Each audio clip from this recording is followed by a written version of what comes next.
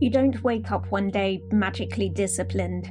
You wake up tired of your own excuses, tired of knowing what to do but not doing it, tired of hitting snooze on the life you say you want. Ever caught yourself reaching for your phone, scrolling aimlessly, knowing full well you've got bigger things to do, but you just don't? And then it starts. The shame, the spiral, the self-talk that says, "I'll get serious tomorrow." You're not lazy, you're not broken, you're just stuck in a loop that no one taught you how to break. And here's the truth no one talks about. The most dangerous kind of change is the kind that's forced. The diagnosis, the divorce, the debt, the job loss. When life kicks down your door and screams, "Now you have to change," that kind of change doesn't feel empowering. It feels like drowning. It doesn't create discipline. It creates panic. And yet, somewhere in the back of your mind, you know there's another way. You've seen it in people who are calm while you're spiraling, productive when you're procrastinating, focused while you're flailing.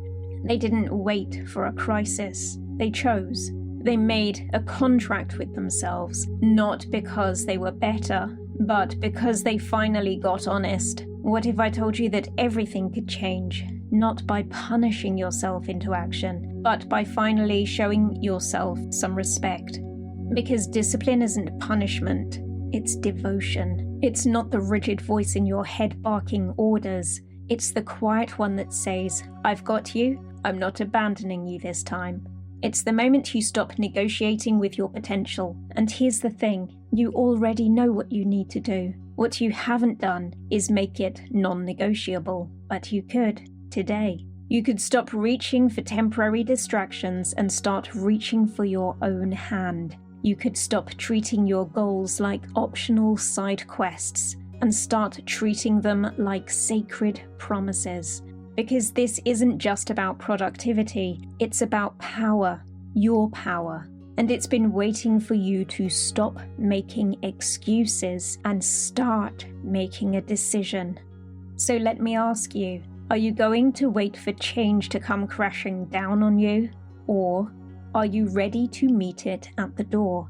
Because this, right here, right now, this could be the moment you evolve. It starts today. But discipline has a PR problem. Somewhere between childhood and adulthood, the word got hijacked. You didn't learn to see discipline as a form of power. You learned to see it as a punishment. Maybe it started at school. Sit still, do as you're told, stay in line, don't speak unless spoken to. That wasn't discipline, it was control. You internalized the idea that discipline was what happened to you when you failed, not what you do for yourself because you're worth it. The culture didn't help. Hustle harder, grind till you die, post your to-do list online and smile like you're not exhausted. It made discipline look like martyrdom. No wonder your nervous system said, "No thanks." And what happens when that message gets repeated for years? You stop seeing discipline as something sacred. You start seeing it as something to rebel against, something that means pain, not peace. So instead, you choose chaos wrapped in comfort, scrolling instead of stretching, venting instead of setting boundaries. You don't mean to sabotage yourself. It's just that you were trained to associate consistency with suffering. But here's the truth. That training wasn't your fault, but it is your responsibility to question it now. Because what you were taught isn't destiny, it's just repetition, and repetition can be rewritten. Low self-esteem didn't appear out of nowhere. It's what happens when every time you try to show up for yourself, something louder, fear, shame, or someone else's opinion talked you out of it. You learn to tolerate disappointment in yourself the way others had expected you to be, polite, silent, without change. But politeness doesn't build dreams. Silence doesn't build strength. And what got normalized doesn't have to stay normal. You were taught that discipline is a demand, but it can be declaration. A declaration that says, "I no longer abandon myself. You don't need to hustle harder. You need to heal the way you think about structure, because real discipline, it's not force, it's freedom. And it's been waiting for you to reclaim it. Let's talk about what happens when you don't make that shift. You think you're avoiding discomfort by not committing, but that avoidance is quietly devouring you. Not all at once, not in a way you can point to and say, that's the moment everything broke. No, it's slower than that, more sinister. It shows up in your body first, the tight shoulders, the shallow breath, the way your chest tightens when your phone buzzes with another reminder of something you still haven't done. It hijacks your sleep, your clarity, your ability to focus on anything for more than 5 minutes without drifting. You call it tiredness, but what you're really feeling is fragmentation. It drains your mental bandwidth because when you're always negotiating with yourself, you never get to rest. You're not relaxing. You're postponing the war. And emotionally, it's heavy. It's the weight of knowing that you could be doing more, being more, but you're choosing comfort over confrontation again. That dissonance eats away at your self-respect. It whispers, maybe this is just who you are. Financially, it adds up too. Opportunities missed. Skills underdeveloped. Projects half finished. How many doors haven't opened? Not because you weren't good enough, but because you never knocked. And then there's the future you're burning through without even realizing. Every excuse becomes a brick in the wall that separates you from the life you say you want. Every time you betray yourself, it gets easier to do it again. Until one day, you don't recognize who you've become. But here's the part most people miss. This isn't just about action. It's about identity. You're not just avoiding a to-do list. You're avoiding becoming who you were always meant to be.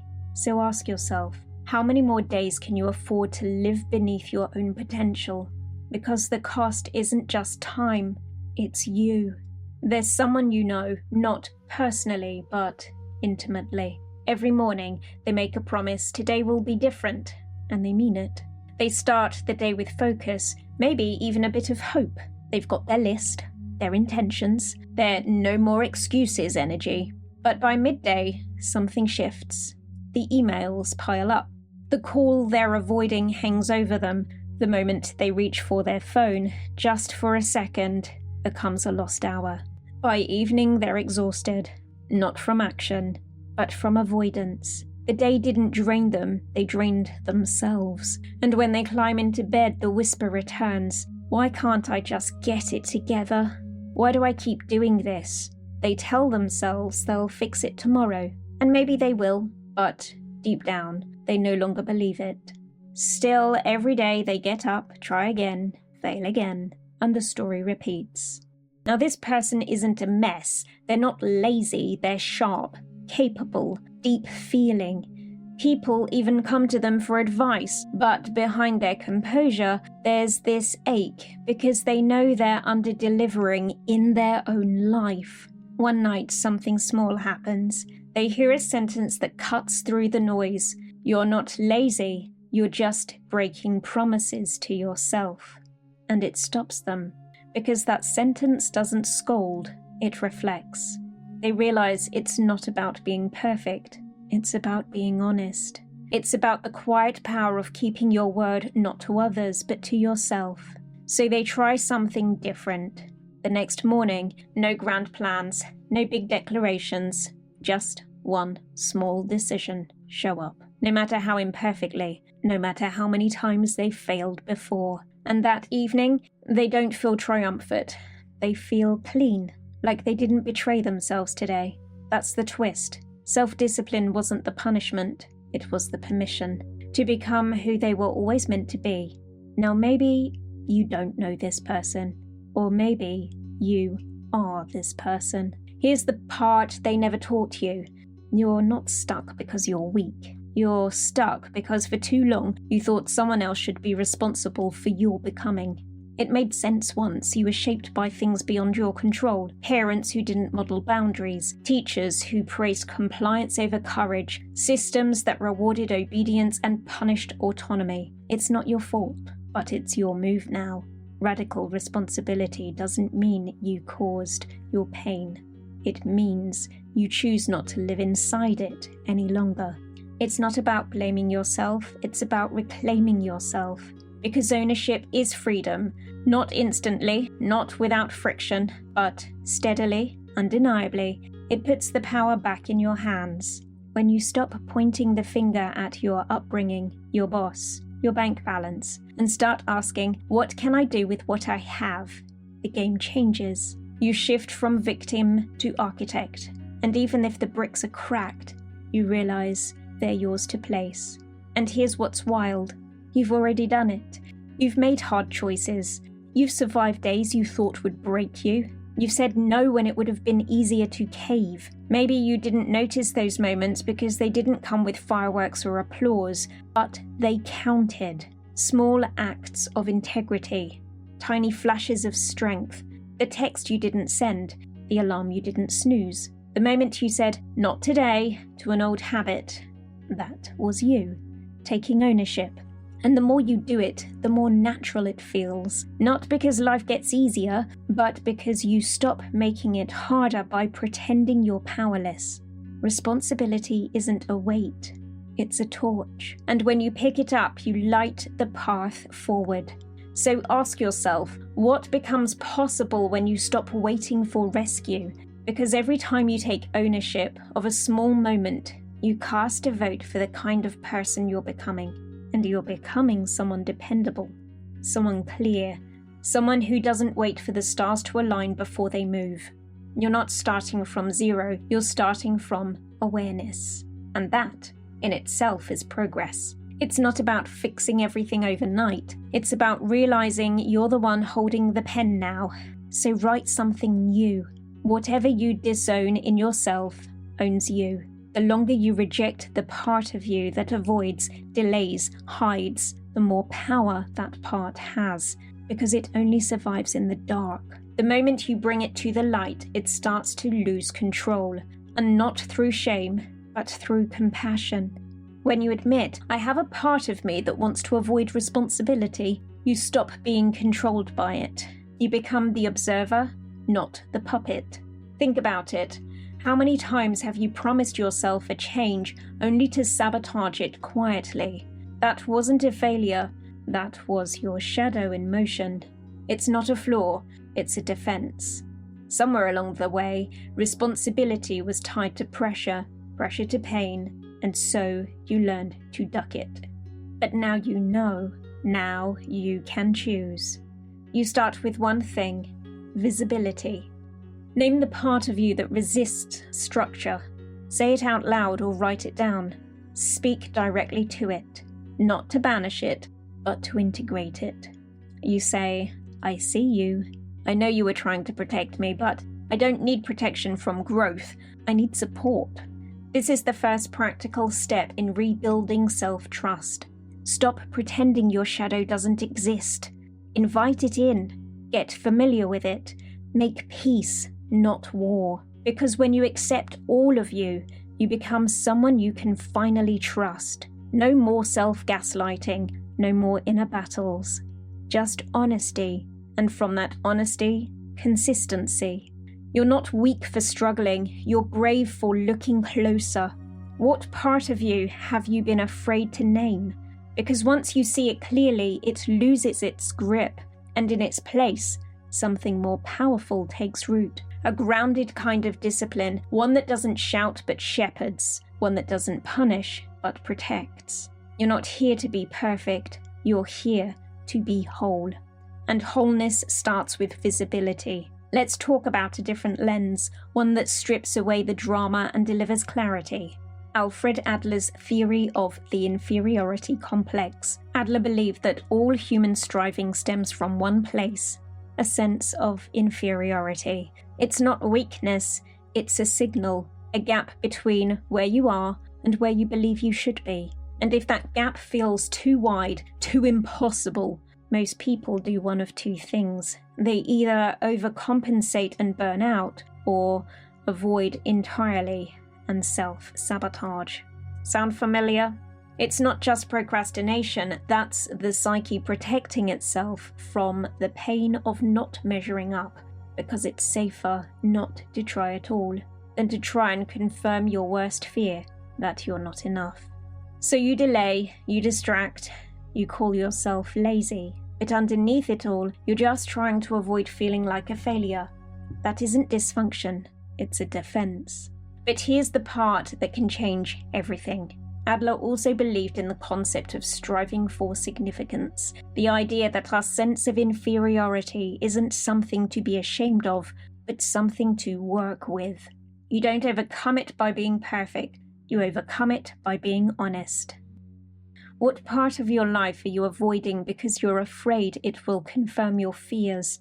Start there, because that's where your trust begins to rebuild. Choose one area, just one, where you've been holding back. Don't try to fix it all, just acknowledge it. Give it a name, bring it out of hiding. Then take one micro action, not to prove your worth, but to prove your willingness. This is how self-trust is born, not through flawless streaks or overnight transformation, but through evidence. Evidence that you're capable of facing discomfort without abandoning yourself. You are not inferior.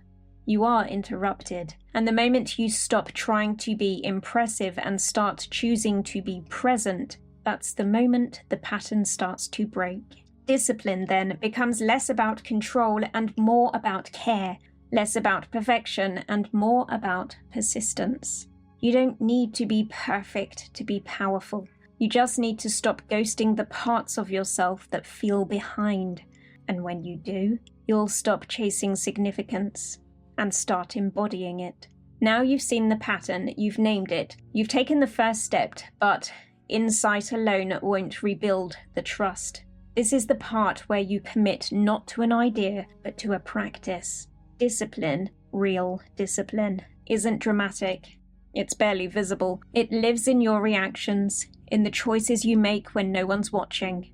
It looks like this. You get an invitation to stay out late, but you know you've committed to an early start. You pause. You don't give a sermon, you just say, "Not tonight." It feels awkward. They might tease you.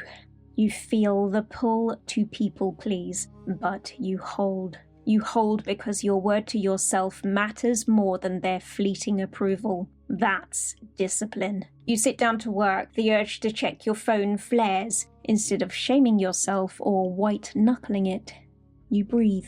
You say this moment matters, and you stay. Just 5 more minutes, and 5 becomes 15. That's not willpower, that's respect. Your friend calls, venting the same drama for the 10th time. You listen, you care, but this time you say, "I can't go over this again today." You're not unkind, you're not cold, you're just clear. You have limits now, not walls, boundaries. And not everyone will like it. Some will call you selfish. Others will try to drag you back to the version of you that tolerated everything and stood for nothing. And it will hurt. You will doubt yourself. You will want to explain. But don't. Let them adjust, because this new version of you, the one who honors your own needs, who shows up even when it's not convenient, that version isn't negotiable. And it's not perfection you're chasing, it's alignment. Every aligned act is a message to your nervous system. You're safe with me. And when your nervous system believes that, you'll stop needing chaos to feel alive. You'll stop sabotaging your progress. You start choosing the discomfort that heals over the comfort that harms. This is how you build a life that respects your potential, one clear decision at a time. And if you fall off, you return. No drama, no shame spiral, just we start again. Because you're no longer building habits, you're building integrity.